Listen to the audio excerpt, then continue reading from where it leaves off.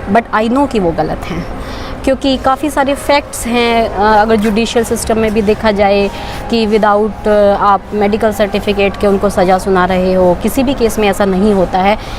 किसी भी केस में नहीं होता है। नमस्कार दोस्तों, द फैक्ट टाइम में आपका स्वागत है। हमारे साथ सुचेता जी हैं, जिनके साथ सीधी बातचीत आपको दिखा रहे हैं और इनसे जानते हैं कि समाज में सोशल रिफॉर्मर ऐसे कौन से हैं जिन्होंने समाज हित के लिए सबसे ज़्यादा काम किए हैं और क्या काम किए हैं, जानते हैं सुचेता जी से भी बातचीत करके। सुचेता जी, द फैक्ट टाइम में आपका स्वागत है। Thank you.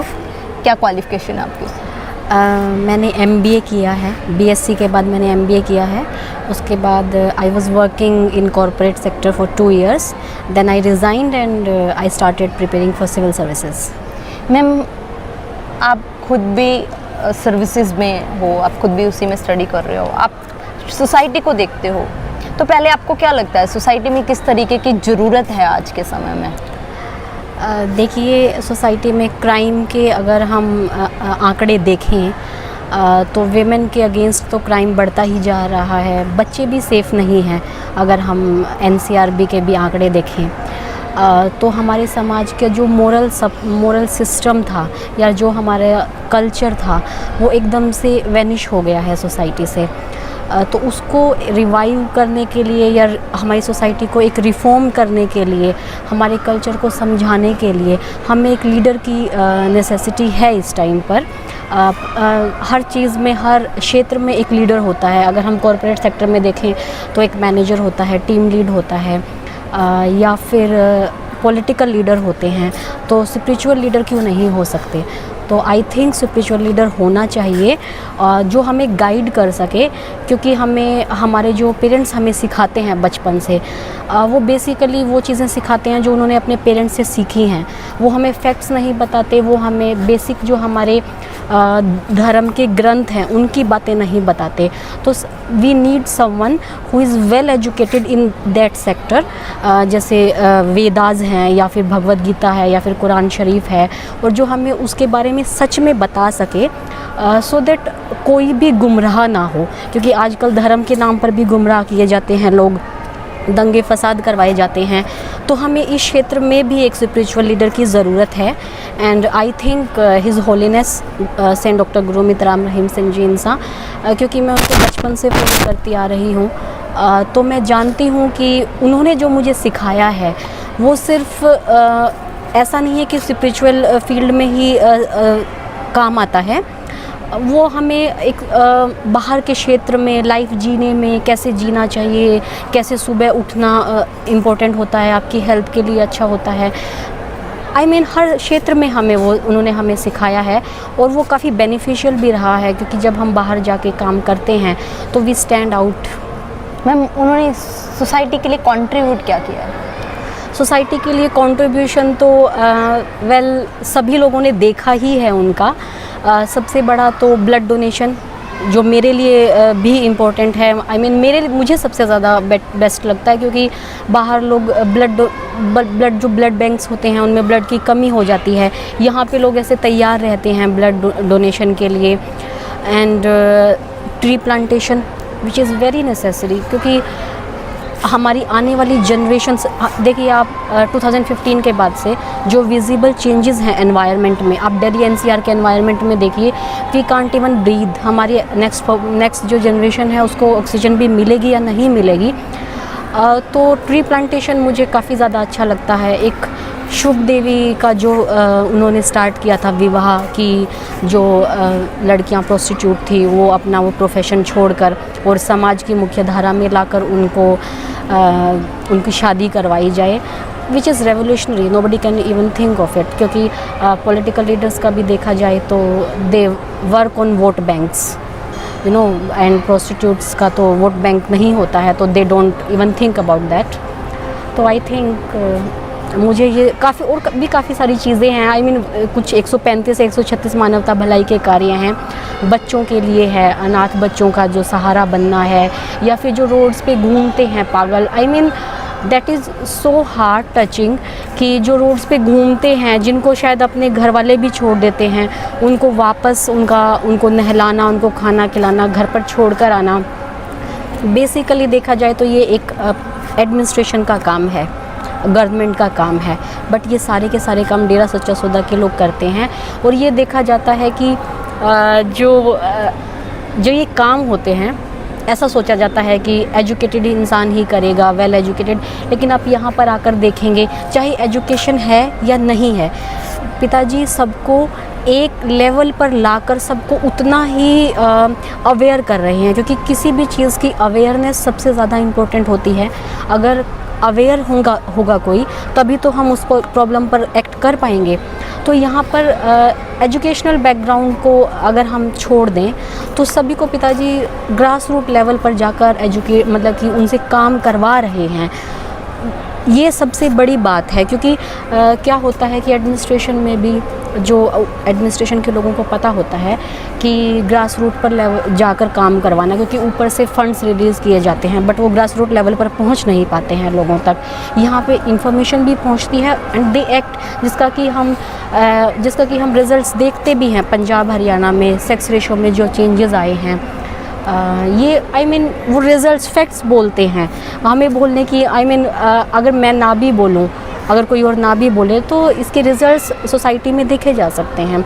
और स्पेशली एक चीज़, जब से गुरुजी गए हैं, 2014 के आसपास एक मूवी आई थी उड़ता पंजाब, जिसमें कि पंजाब में नशों के बारे में बताया गया था। और ये अभी सबको पता भी है कि पंजाब में किस तरीके से नशे बढ़ चुके हैं।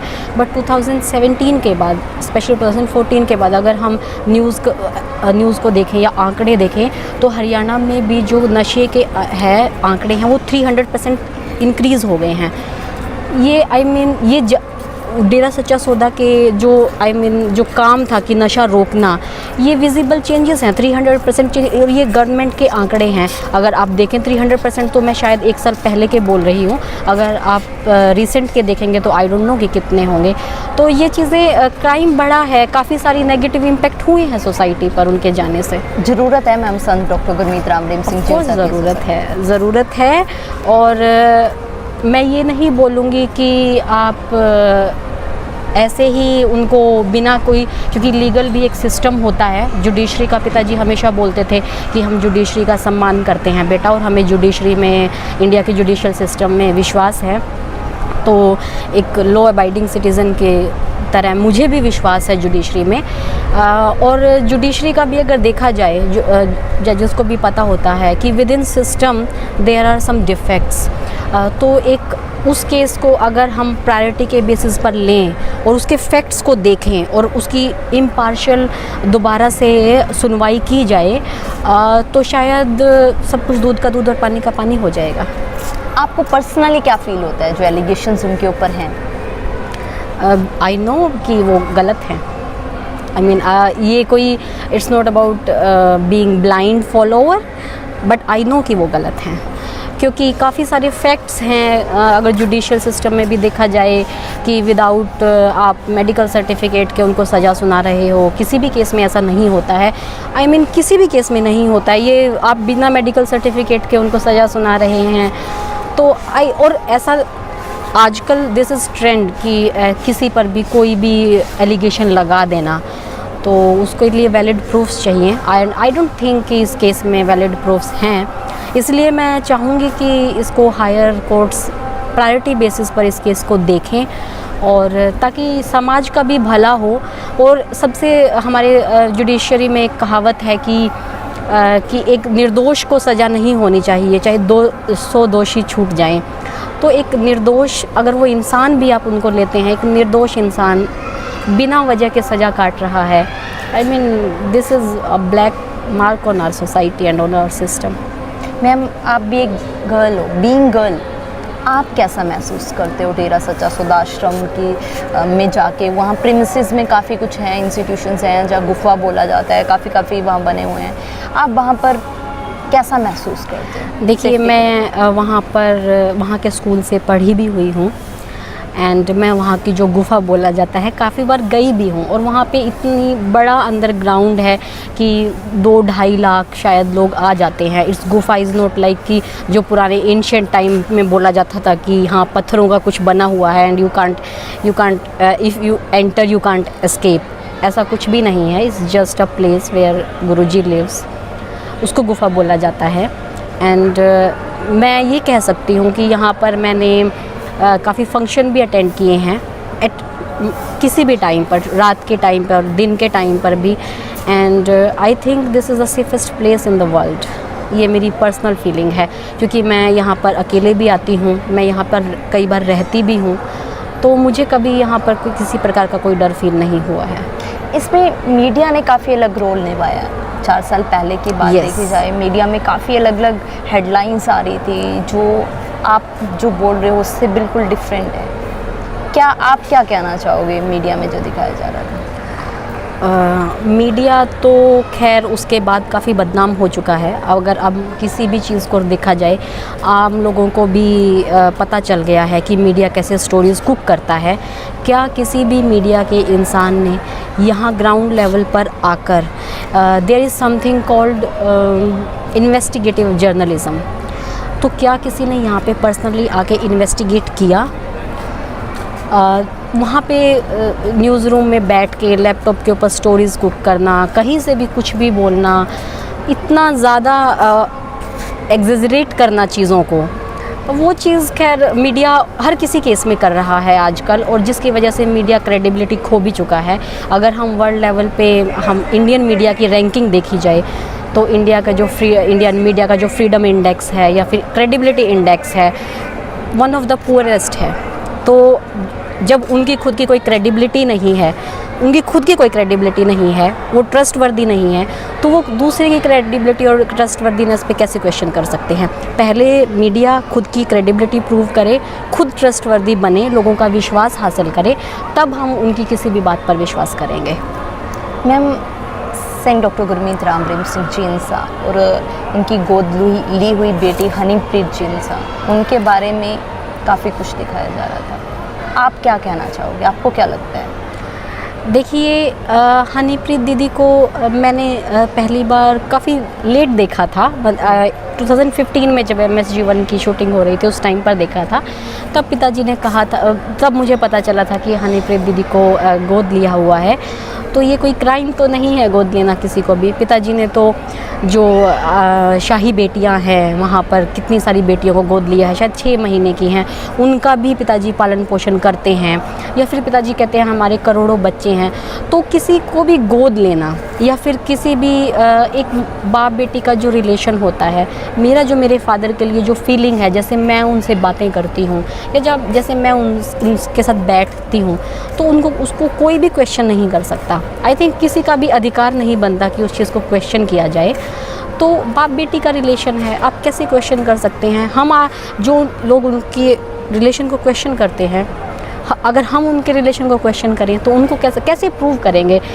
आई मीन बाप बेटी का रिलेशन है, हम इतना ही बोल सकते हैं। मीडिया के द्वारा जहाँ आम जनता में जो छवि है ना, एक बाप बेटी के रिश्ते को तार किया जा रहा था, आश्रम में आने वाली करोड़ों लड़कियों की इज्जत को तार किया गया था उस टाइम पर। एंड वो काफ़ी निराशाजनक था जिस तरीके से मीडिया ने रोल प्ले किया, और लोगों ने भी इसमें, सोशल मीडिया भी उस टाइम पर इन्वॉल्व था। बट सोशल मीडिया में हमेशा एक ट्रेंड रहा है कि जो भी हॉट टॉपिक होता है उसके ऊपर अगर आप वीडियोस बनाएंगे, कुछ भी पोस्ट करेंगे, तो उसके ऊपर क्लिक बढ़ेंगे और आपको रिव्यूज़ आएंगे and you will get some money out of that.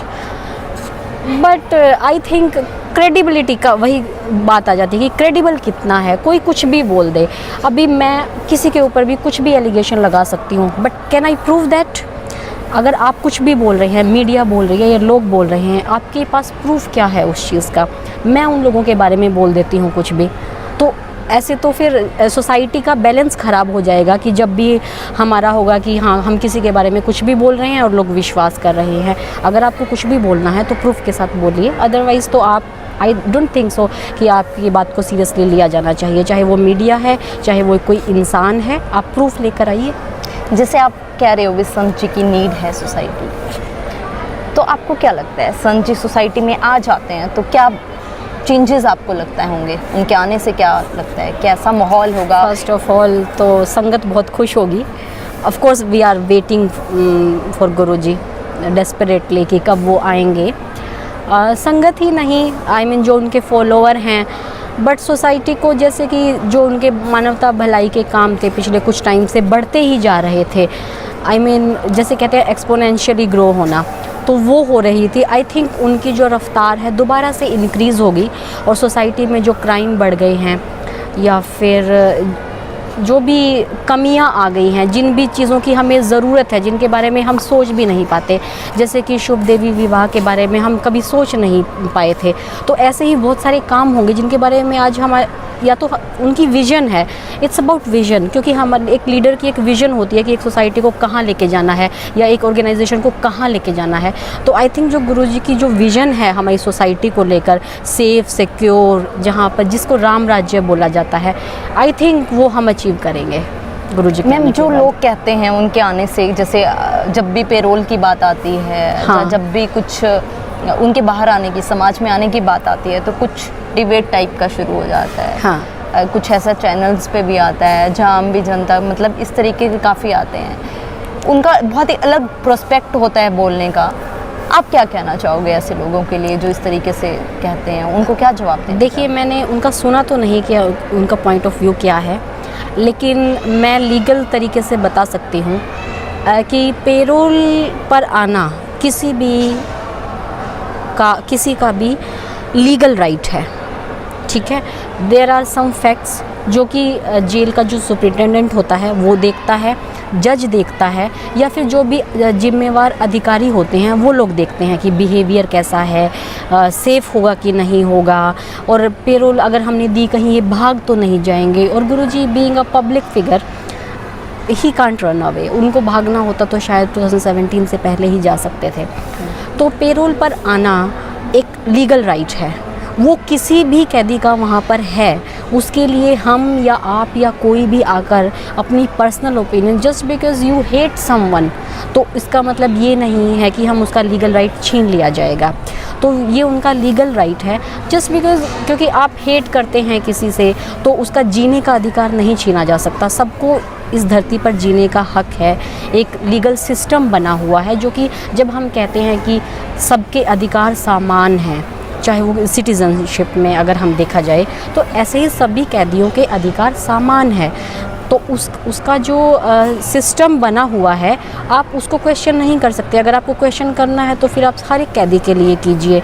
अगर आप इतने विजिलेंट सिटीज़न हैं सोसाइटी के, तो आपके आसपास जो क्राइम होते हैं आप उनके लिए क्यों नहीं वॉइस रेज़ करते? तो उनका हक है पेरोल पर आना अगर उन ज़रूरत पड़ेगी। और अगर वहाँ की जो एडमिनिस्ट्रेशन है जेल की या जो भी उनके ज़िम्मेदार अधिकारी हैं वो अगर पेरोल देते हैं तो इसमें कुछ गलत नहीं है, हर कोई आता है। क्या अपील करना चाहोगे आप सरकार से लास्ट? बस मैं सरकार से यही अपील करना चाहूँगी कि इस केस को एक बार दोबारा स्टार्टिंग पॉइंट से देखा जाए और प्रायोरिटी बेसिस पर लिया जाए, क्योंकि एक बेगुनाह इंसान सलाखों के पीछे बिना वजह के है और उनके लाखों फॉलोअर और इस सोसाइटी के लाखों लोग जिनको उनकी ज़रूरत है वो उनके लिए इंतज़ार कर रहे हैं। इट्स ह्यूमैनिटी वाली अपील है। मैं कोई ऐसा नहीं बोलूँगी कि उनको एकदम से रिलीज़ कर दिया जाए, लेकिन उनके केस को एटलीस्ट प्रायोरिटी बेसिस पर देखा जाए और निष्पक्ष जांच की जाए, दोबारा से जांच की जाए, क्योंकि गवर्नमेंट को भी पता है एंड सिस्टम को भी पता है कि लोअर कोर्ट्स में जो होते हैं फैसले उसमें 24% से ज़्यादा जो केसेस होते हैं उनके हायर कोर्ट्स उनके फैसले बदल देती है। तो मुझे तो 100% यकीन है कि इस केस में भी निष्पक्ष अगर जांच की जाए तो गुरुजी बाइज्जत बरी होंगे।